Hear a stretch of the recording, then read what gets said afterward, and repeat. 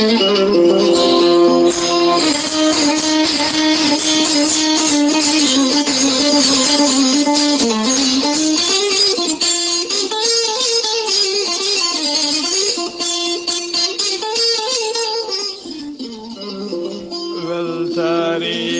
ɓiɓɓe fulɓe andu diine maɗa fedde heblo sukaɓe africa takku weltare tv takkusana yoni to fasudeɓe to gawi nane to basambula to kurkaƴel to madina alheri to awoyni to guetema to radio tata cheikh oumar to radio segou kon takkusan juula ha to galle ceerno oumar ali to batamba sare wuuro alpha ko on takkusan juula ha to galle deftere kanŋe to kuñankari ko on takkusan kadi juula ha to galle ceerno habousa diallo to kiidire ko taari ɗum kala ene jeeya e gardini kabruji men to leydi Mauritanie Moussa Bocar Mohamed ɓurɗo lollirde gelongal ba holliri tigui wonde ko kettuɗo gembe mum gam gembanade sumgoji yidde wonde hoorejo leydi e sumgoji tijjari e lewru juin 2024 e nder leydi Mauritanie to leydi Sénégal commission de loi d'amnesty tawi ko capanɗe tati député ɓe lanni projet de loi o ko ñande alarba janggo kuulal ngal ɓenninte to yeeso suudu sardiyeji to leydi Mali ko seɓɓitiɓe paddi fodde citernaji jeeɗiɗi dimdunoɗi carburant ɓe mbawi duppude yimɓe jeeɗiɗo wonnoɓe ɗiɗon citernaji mbasi hen pittali mumen kedde Afrique ma en kettoroɓe ɗo musidɗo men Alassane Oumar Mbodj habaruji men joolam jaɓiri jeen ha to leydi Ukraine jeen ha to Palestine to Gaza jeen ha to leydi Turquie bisimilla mone ketki hotodirte joni piren pacciren.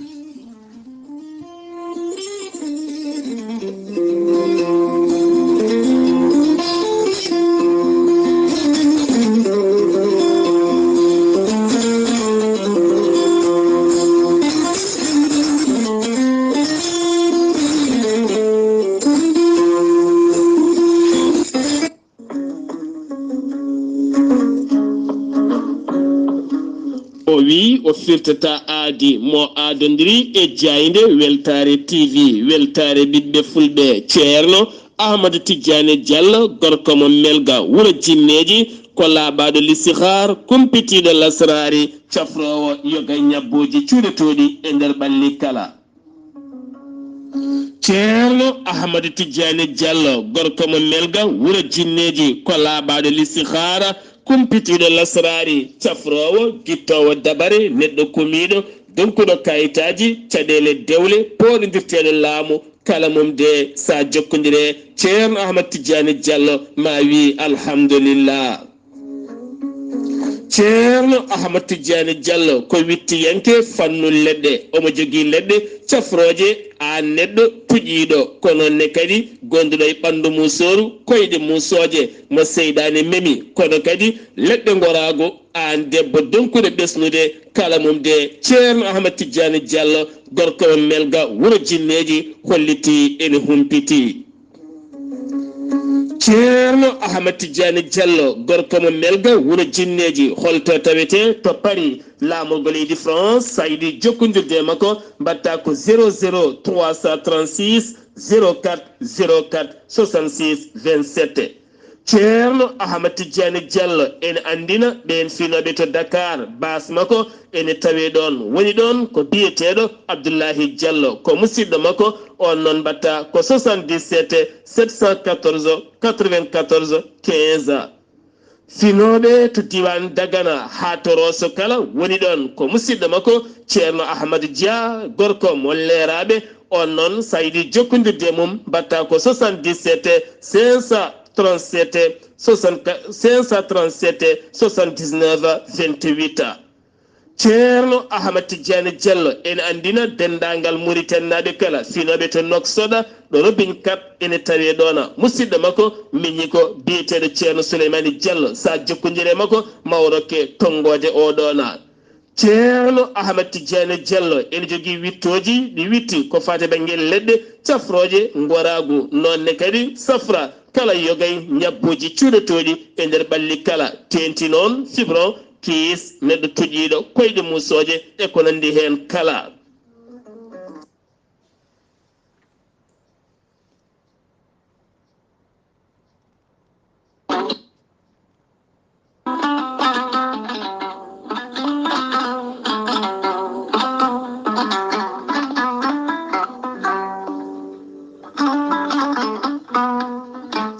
an jambitowo ɓandu musoru ɓandu jaɗoru ɓandu wuloru koyɗe musoje koppi musoji keceji musoje AVC cardiaque moƴƴiyam dogata e ɗaɗi muɗuma donkuɗo yaade juma e jama e jokkoyde enɗam kala holko jokkodirta koye gorel te heɓe hutortoɓe ɗum jokkodiri e gorel te kolliti oɗo saaha koɓe jambitanno duuɓe kitale kala ɓe mbi'i alhamdulillah gorel te ko kawisaji mawɗi ko haa ko iwru ko to koridi nooro ari ko wallude e safrude ha moni kala yito hen hoore muɗuma gorel te a ittat ko jamireɗa mbaɗa e ndiyam guldam aɗa yara aɗa yito hen cellal ɓandu maɗa ala effet ala rewam ala haydara ko haa ko tan wacca ko fewna ha feewi aɗa yara ene lawƴa kala ñabbuji gonnoɗe nder ɓandu maɗa an jiɗɗo jokkodirde e tonggode gorel te walla ni site gorel te jangana hoore maɗa ko jangta e gorel te jahata koto internet a tappa toon www.gorelte.com joni jiya toon ko safrata e ñabbuji cuɗotoɗe ɓalli kala so tawi noon ko tonggode gorel te jiɗɗa hebde gonɗa koye nder leydi Mauritanie jokkodirta koye Adama Niang ɓuuri andireɗe Boy Nasa on noon mbatta ko 96 walla so tawi koto sehil baabi gonɗa e ko taari ɗum kala jokkodirta koye Eliman Ndiaye 46 57 85 92 so tawi gonɗa koto kay hayɗi e ko taari ɗum kala jokkodirta koye Acca Keɓe 46 48 86 walla so tawi koto Nouadhibou gonɗa jokkodirta koye Seyni Niassa mbatta ko 46 53 52 43 so tawi gonɗa koto États-Unis de Amérique jokkodirta koye Abousso Kawral Fouta Business +1 34 77 01 56 77 so tawi gonɗa koto leydi France jokkodirta koye Haruna Ngayda 06 50 99 64 43 musidɓe tedduɓe gorel te e jeese men dañen jama. Docteur Djibiso wittiyanke safriyanke mo jomiraɗo rokki sellinde o saaha mo gonɗena Docteur Djibiso baɗɗo wittoji mom to leydi Mali leydi Sénégal hay nokkuji goɗɗi kala Docteur Djibiso bittuɗo yogay ñabbuji cuuɗotoɗi e nder ɓalli ngam wawde faabade yimɓe kala Docteur Djibiso ene andina dendagal bandiraɓe kala korka hikka ka noon wo hoorata koto Dakaru lamorgo leydi Sénégal kono noon kala jiɗɗo jokkodirde Docteur Djibiso e lewru korka teddundu omo heeɓi Docteur Djibiso cafrowo ñabbuji cuuɗotoɗi e nder ɓalli ko wayno fibron kiis nem e morit gonɗo nder e jalto bowal kala Docteur Djibiso debbo donkuɗo ɓesnude caɗele goragu neɗɗo ɓuutowo koyɗe musoje keceji musoje koye musoje mo seyɗani memi cimmiɗo huuɗo bonko ko ha naate ƴiƴam mum joguiɗo caɗele kayitaji yogay fannuji kala sa jokkodire Docteur Djibiso ma wi alhamdulillah Docteur Djibiso holliti ngam lewru korka Allah teddundu oɗo saaha omo fiɓi kay jippinde kala e piriji ɗi o waɗanno ngam wawde jakkude yimɓeɓe ha mbawa dañde cellal mumena kono kadi base Docteur Djibiso tawite tokkidiro ene jokki gollude ceerno li to Dakar ene jokki gollude ko noonne kadi Docteur Djibiso taweteɗo to Dakar e lewru korka ndu ma jokkodire moɗon no hannirta ni hen so on jiiɗi jokkodirde e Docteur Djibiso wittiyanke safriyanke taweteɗo e lewru korka teddundu kala to Dakar ɗo lamorgo leydi Sénégal mbatta ko 00223 70 85 72 47 ko tonggode makko leydi Mali walla mbaɗa 00221 77 244 92 81 walla mbaɗa 78 353 28 92 musidɓe tedduɓe Docteur Djibiso ene wiya mon Ramadan Mubarak kettude kaburuji mon e ɗemngal pulaar Afrique Asie, Europe, Amérique, Moyen-Orient, Océanie. jam ñalle mon musidɓe tedduɓe heɗen gone talata joyya lewru mbooy hitande ujunnaji ɗiɗi e nogase tati walla mbiyen mawbaare nogase nayya lewru yawa hitande ujunere temedde nayya e capanɗe nayya e joyya habruji men e ɗemgal pulaar e sawtaye ko musidɗo moon sehil moon Ghalii Abuu Bah to karallagal ha mbawon yiide en to banggue nete ɓosoje ko miñi men sehil men Abuu Bah hono no mbirno enen gardidi kabruji men koto leydi Mauritanie puɗɗorɗen jeen ha to Basikono ko wuro tawatengo to seɓɓet funnague région de Hoddela Charqi oɗo saaha kala noon ko fitinaji e manifestation ngaji gulɗi jawwa gonno toon tawa ko yimɓe wuuro ngo eko taari ɗum kolliranno mette mumen ko fati kay e wargo oɗo gorko baranoɗo e nder galle mum tawi kadi ko koɗo maliyanke yoɓino fittandu makko altine hanki kikiɗe noon teskama militaire uji kewɗi tawi ko Mauritanie naɓe nawama toon dama toon e mbadi renfort beele jaam e kisal ene arta toon hollirama noon ñalawma hande o ɓe kolliri tigui wonde deƴeɗe ɗe arti toon hano hannirta ni ha joni ko leydi Mauritanie keddoɗen suka baranoɗo e nder nakshot legal tafrag zeyna biyetenoɗo joobam tawi ko suka tokoso tawi kadi ko fiyano ko jamdi e hoƴƴudu kureji makko noon ha e oɗo saaha joni ne keddi tigui jofade police o feɗendu wonde kay ko kañumen goni sababu ndeɗo mayde ha e oɗo saaha joni noon heɓaka hen taw ko leeri ha joni ko leydi Mauritanie keddoɗen Moussa Bokar Mohamed Ba ko jonta koye yontaɓe leydi Mauritanie jeeya ko gendiyanke e dowluɗo no fewi o ɓuuri andirede noon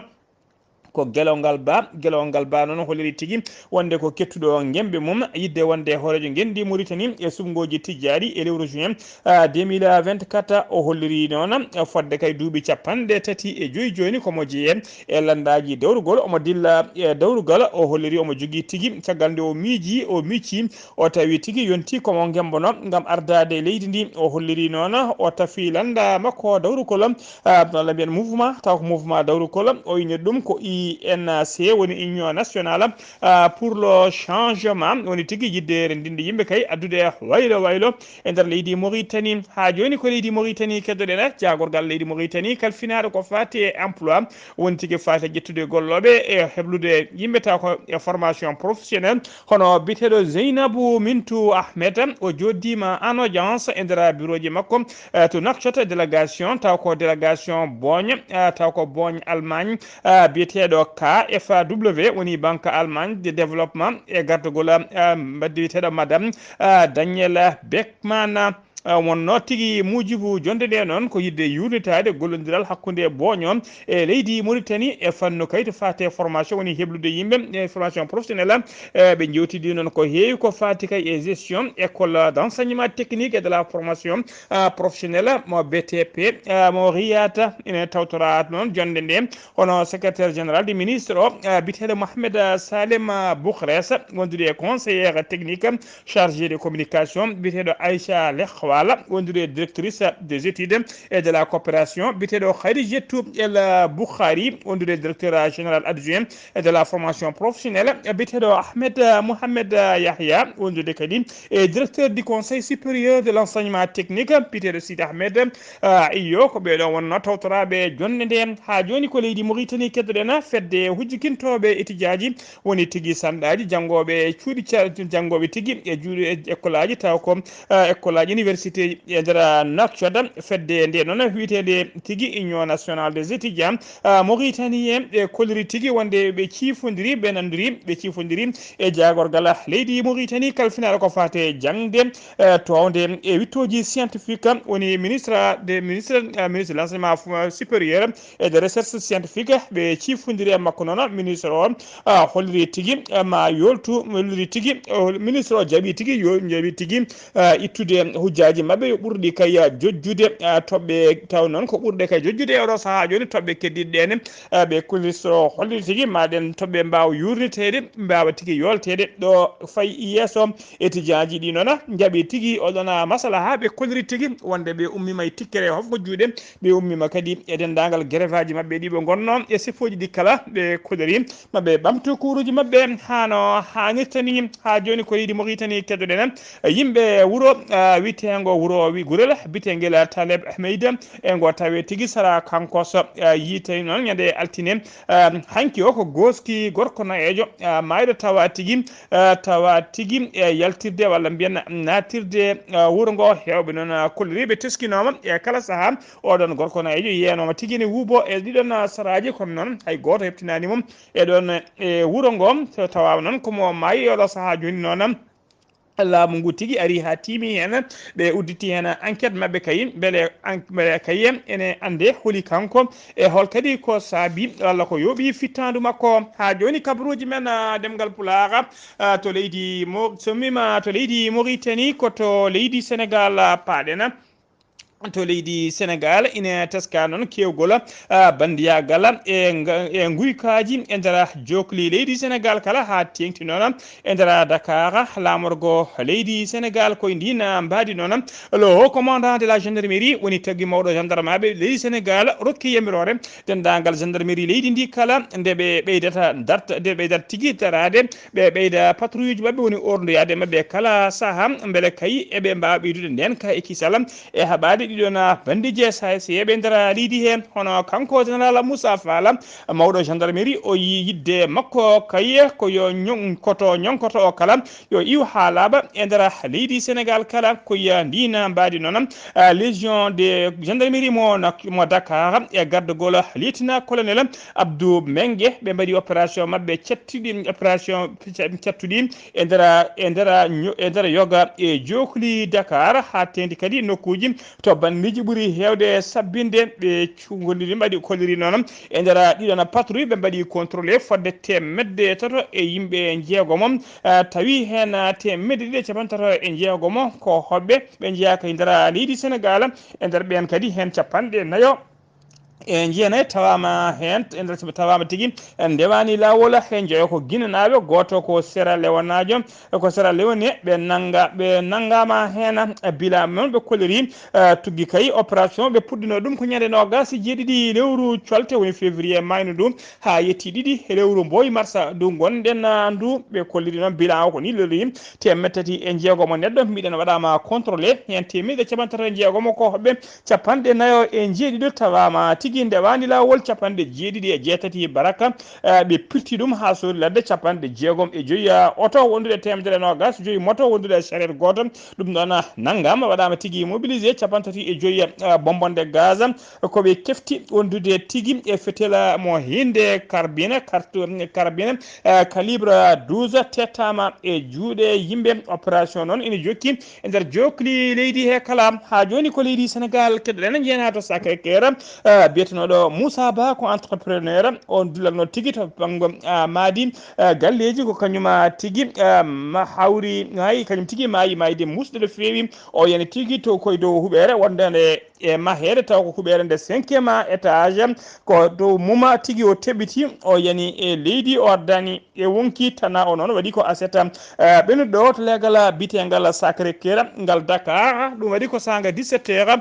woni 5 heures kikiɗe kanko Moussa Ba noon o heewi tigui jogui ko planche uji woni leɗɗe makko ɗen planche uji noon ko ɗen o heewi lubde gueyi planche uji coffrage uji e ko nandi hen o heewi ko luude noon ɓeɗon joom sanciji mahoɓe ko ɓen o heewi lubde o luuɓi noon o luuno noon ko tigui ko goto e joom chantier nden noon o joom chantier o noon ƴetti planche uji makko tardi yobdemo noon tawi kadi ne fonno yobdemo 150 000 woni capantati ujunere taw ko haalisa CFA nde leeli yobdemo noon e kala saaha kadi uddi téléphone mum o natti hebde ɗum ko ɗon tigui ummini gam kay yiiloyade on nde o yetti oɗon chantier mbiɗon taw ko huɓere townede 5 étage o ngabbi tawimo toon noon ko addude soit kay o heɓa haalisa makko walla tigui o heɓta planche uji makko woni leɗɗe makko nden o ngabbi noon ha e dow étage o ɗon ko ɗon tigui o fotti e goto e ouvrier ji taw ko coffreur menuisier coffreur gonɗo ɗon e wiye be ina yette Diaw on noon haɗimo tigui yettade to fanno to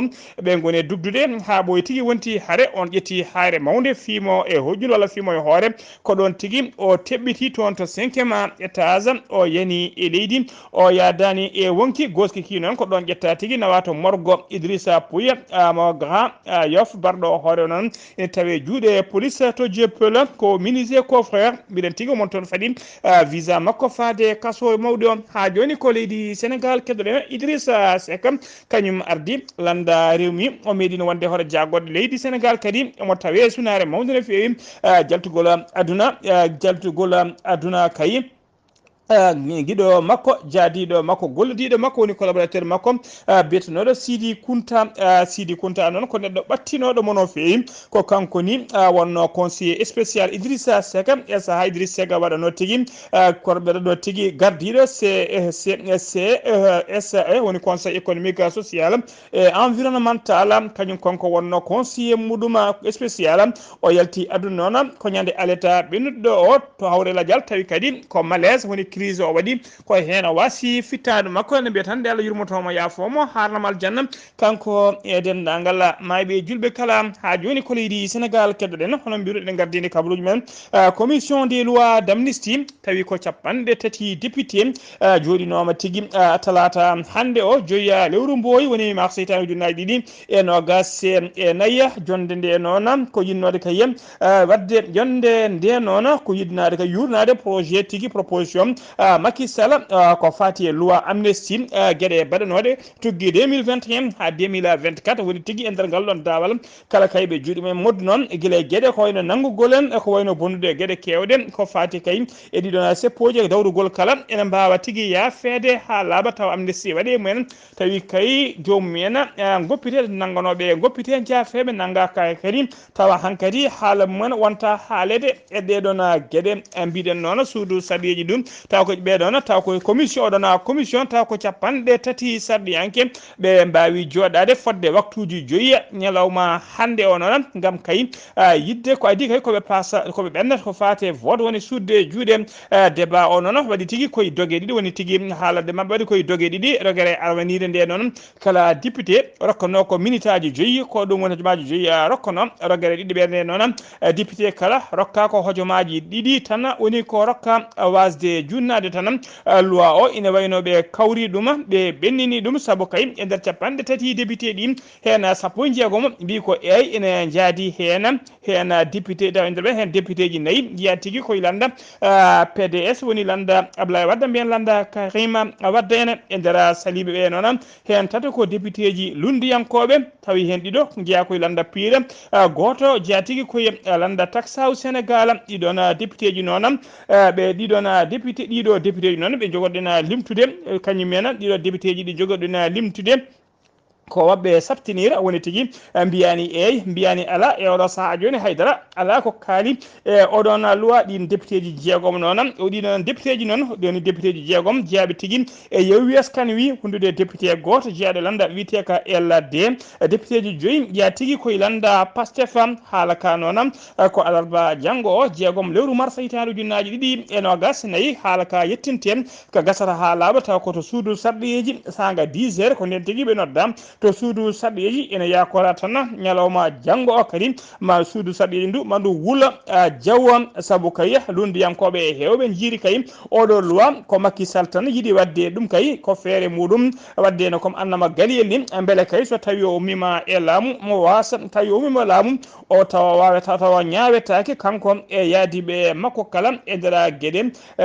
gueɗe badɗe e nder ngal ɗon daawal ɓeɗon lundiyankoɓe hewɓe ko nden yitte woni tigui no jiiri ɗum ha joni kabaruji men ɗemgal pulaar sen ummima to Dakar payanto Madina Gounass wuuro teddungo caggal kayde ceerno artuno ɗon to Madina Gounass wuuro teddungo dendagal guure taari kala sagataɓe men mbawi tigui arde salminde ceerno e wadde ɗumen ziyara ma ketto musidɗo men sehil men cimtol musidɗo men sehil men Amadou Samba Lo a salminama a juram.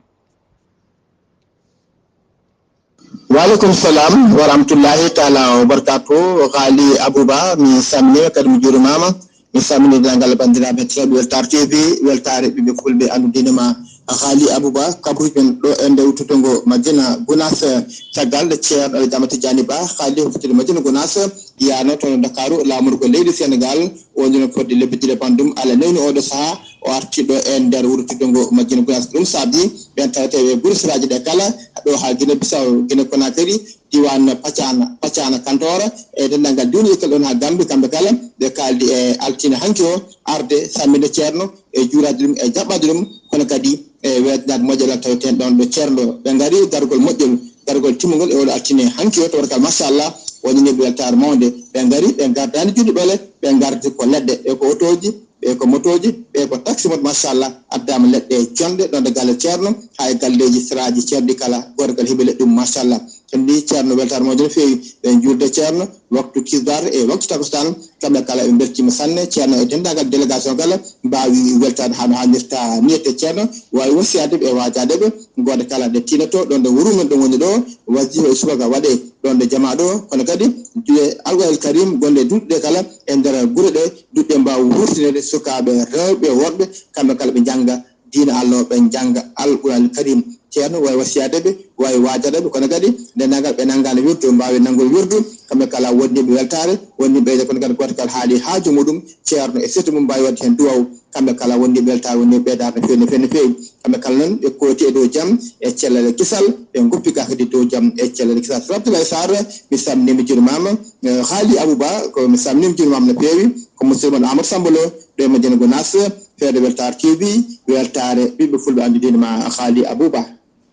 Amadou Samba Lo golle ma jooɗi peewi dendagal jeyndiyankoɓe yettiyankoɓe weltare TV kala calmini ceerno juurima ɗum nde wonima ɗum eɗen mbiya tan nde Allah junnata gurdam makko kanko e dendagal ko takkimo e ko taarimo kala allahumma amina habaruji men ɗemgal pulaar sen ummima to Madina Gounass koto leydi Mali paɗen colonel major Souleymani Dembélé kañum woni responsable DIRPA woni direction de la kañum tigui woni directeur de la direction de l'information et des relations publiques des armées o waɗi conférence makko de presse hollidde kay gonka sécurité leydi Mali e nder lewru février woni colte mayno ndu ko ñande altine hanki noon nayi lewru mars hitande ujunnaje ɗiɗi e nogas e nayyi o waɗno oɗon conférence o holliri noon nduɗo lewru taw ko lewru février mayno ndu fama waɗi opération ngaji mum kewɗi no fewi kewɗi heɓa haɓade kay seɓɓitiɓe e pelle joguitiɓe o holliri kadi e nder lewru ndu e nder lewru he garmi garaji kewɗi e janguji kewɗi wondude e jeejiji e pitti taw ko pitti bomboje tufade e booli fama e yama hen no fewi o holliri noon laamu ngu waɗi tigui interdit population yimɓe kay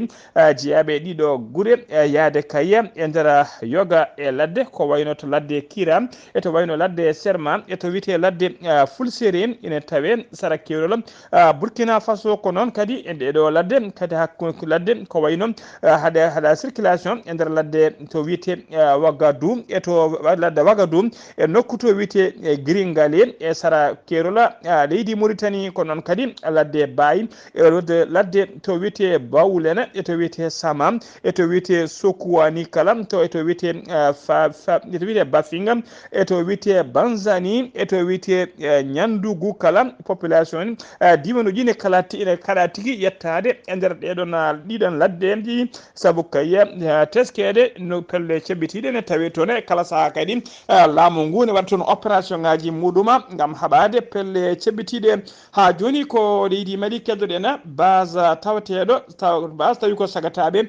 daddiɓe walla joguitiɓe jeeyaɓe fedde witede MSA woni mouvement pour le salut d'Azawad ko fedde joguitiɓe taw ko nde laamu ngu heftini on base kañumen yana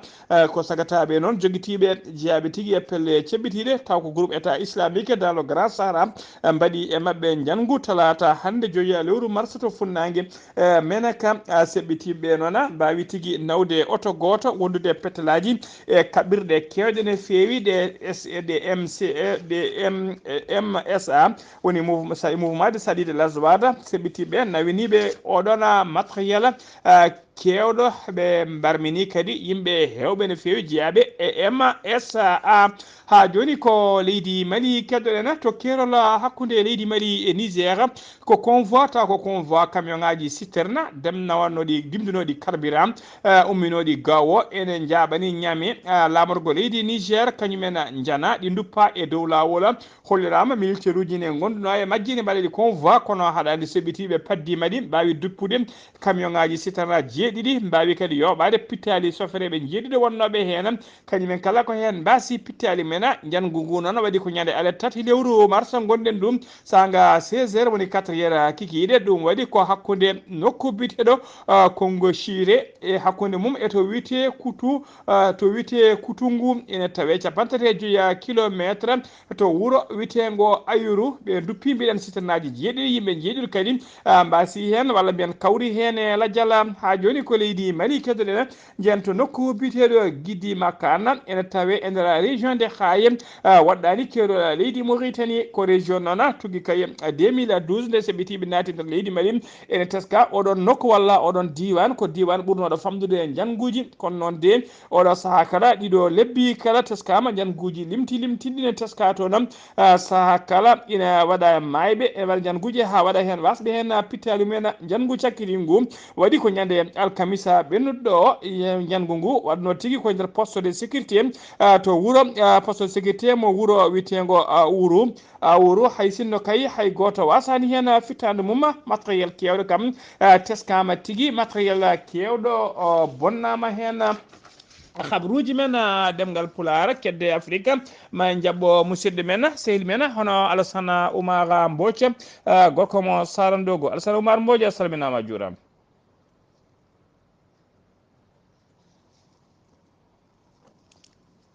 Alassane Oumar Mbodj en calmitima Ghalii Abuu Bah en calmini dendagal hettiyankoɓe Ayawo TV ko tonguɗen e kabaruji ɓuuri tengtuɗo e dongre Afrique e ñalawma hande o puɗɗoɗen ko leydi wuro Togo on nanoɗo arda toon jagorɗo mabɓe biyeteɗo Ag Beyone Kodjo ko on rutte e jomum ñande tati lewru Mbooy ujune ɗiɗi e nogas e nayyi toon to Ghana caggal kay nde wona toon exil makko caggal kay so goji ujune ɗiɗi e nogas e ardade kono leydi ndi caggal kay nde hiɓe oɗo defete ko noon tigui o wawi ummade e nder ndiɗo leydi o yaɓani toon to leydi Ghana bone suka debbajo nooli yarugo jateɗo duuɓi capanɗe tati e jeetati on hiɓi wedayi taw ko historique e ñalawma dow hoore bi tati lewru Mbooy taw ko ɗi noon taw ko athlétisme de Glasgow e temedde jeetati taw ko métre taw ko féminin ko on tigui woni lawol makko hono garanol montude oɗo podium caggal kay e nde waɗi kadi ene wayno kadi duuɓi e yidde arde e oɗo podium ko ɗum jeedigui waɗi dañi fartaŋe wawde kay e montude oɗo podium to suuda banggue o fedde oni wi fodde million ngaji nogas e joyyi nan toon ina katojini noon e balle ɗum noon aɓe eri noon e ndeɓe goppata hono balle ɗe naata toon gam fabade ɓeɗo kadi hono yimɓe sowodeɓe kadi hono pittali to Congo Kinshasa toon to Bukavu ɓe ɗiɗo balɗe foof koɓe aɓe gonduno e caɗele kono ndiyam cinidam e wiide mabɓe ñande dow hoore bi noon ene wayno de ndiyam ɗam fuɗɗima kay artude toon aɓe eri noon laamu ngu nde fewnirtaɓe ko taw forage mabɓe gam dañdeɓe ndiyam cinɗam ɓe tawno ndiyam wona saray aade Ghalii Abuu Bah ko ɗum de tonguɗen e habruji nder Afrique taw wonno koye dade musidɗo moon Alassane Oumar Mbodj gorko mo Sarandogo kon gam weltade Ayawo TV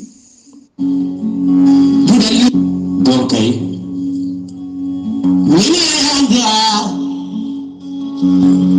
keɗotomi ko jande heblo sukaɓe Africa nde tawno jande nene laaɓi kadi humpede welami humpitede ɓuuri humpede humpede welani humpitede ɓuuri humpitade ɓuuri humpede kala jiɗɗo humpitade yo hetto jayde weltare ɓiɓɓe fulɓe andu diine maɗa takkusana juulama ha to galle ceerno Ndiaye Baro to Nouadhibou kon takkusan kadi juula ha to galle ceerno Abdourahmane Dia to PK8 Nouakchott ha to galle makko tawateɗo ha to galle ceerno Hadimo ceerno Ndiaye Ba to babaɓe kabaruji men jolam jaɓeri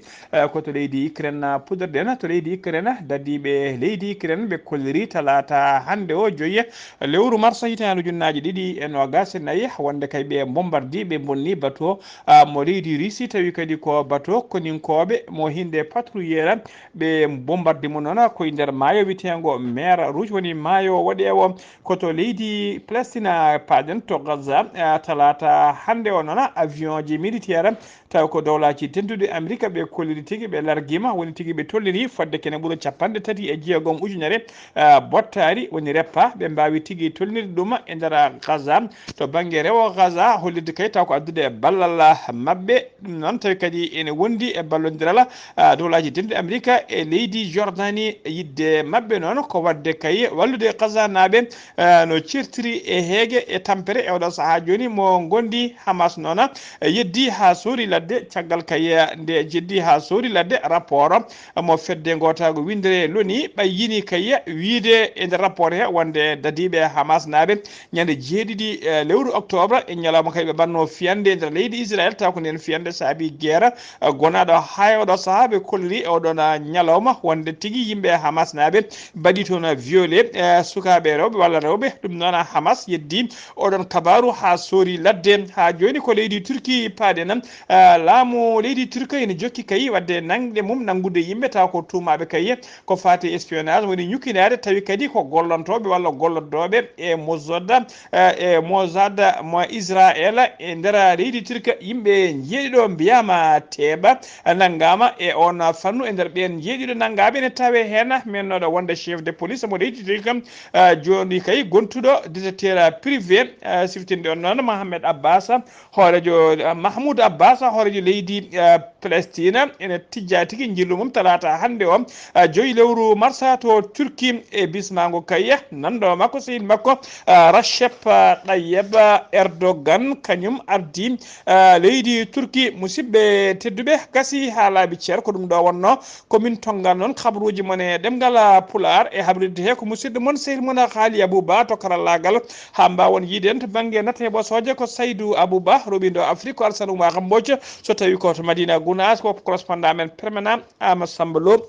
kettimalaki jaam yo jaam Allah jogomi jogo on.